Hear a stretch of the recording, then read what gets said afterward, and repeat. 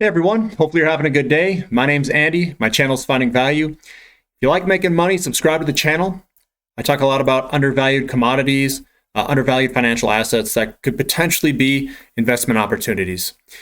Today I'm going to go over ratios. Ratios tell us relative value.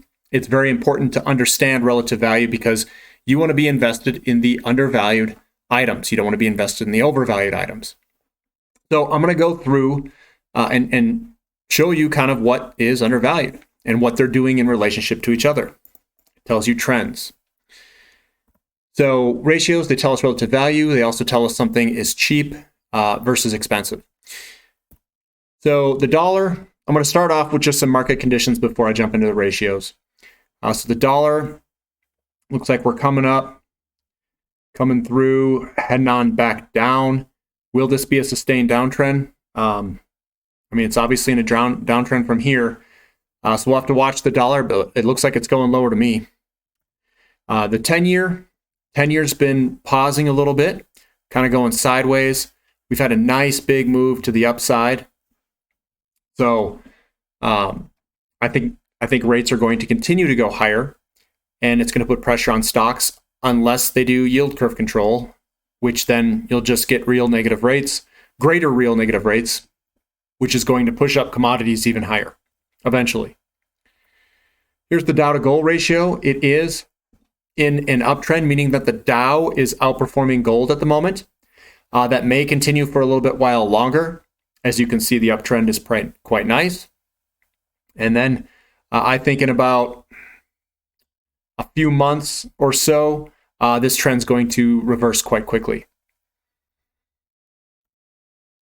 Here's gold and silver ratio. The ratio broke to the downside out of its uptrend channel. You can see this quite clear as day as it broke down.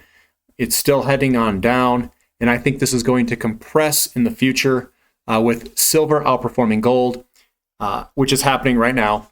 Silver outperforming gold also means that we're in a commodity bull market. Same with, this is the copper to gold ratio. I just kind of drew in this channel. It went kind of funky above the channel and came back down. This is a shoulder, head, shoulder pattern. It's coming all the way back down.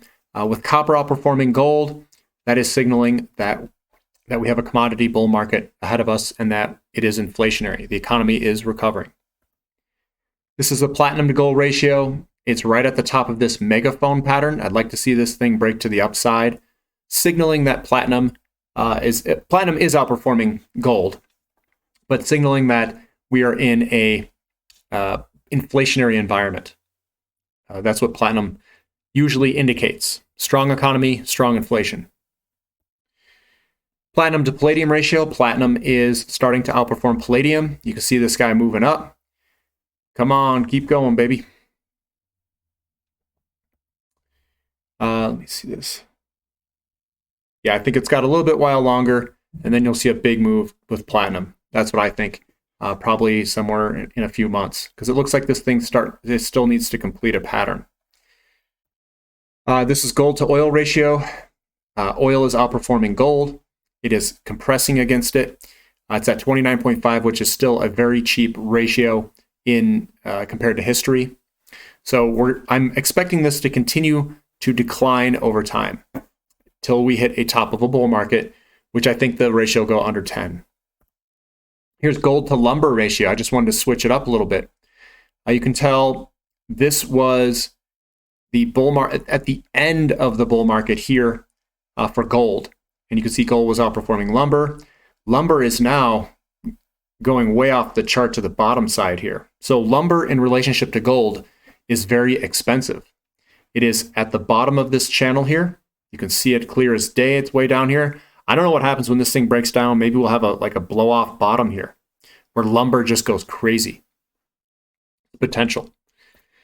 This is the Shiller Case Home Price Index versus the gold ratio.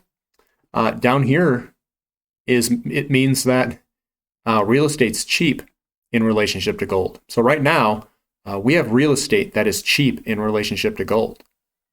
Real estate, I'm going to say that one more time, is cheap. Get that through your head. Real estate is cheap in relationship to gold. And we haven't really moved too much off this bottom here, this 2011 bottom.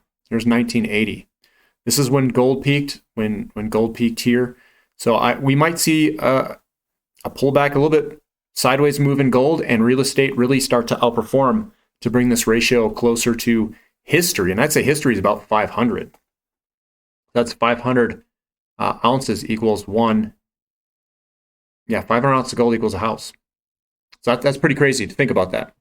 So I just wanted to let you guys kind of see what the ratios are. They're all still in strong trends for a commodity bull market. There's nothing to be worried about. They are all trending downward, which means that oil, copper, platinum, they're all outperforming gold. They look very good.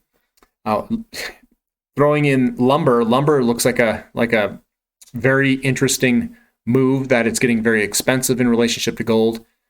And then we've got the real estate, the Case-Shiller home price index in relationship to gold. And that's surprising that real estate is actually cheap in relationship to gold. So that was one of my interesting things that I saw. Let me know what your guys' opinions are in the comment section. Throw it in the comment section, especially about lumber and the Shiller Case home price index versus gold. What are your thoughts on that? I'd be very curious to know what you guys think. If you guys like this content, give me a thumbs up. Appreciate you guys listening. This is Finding Value.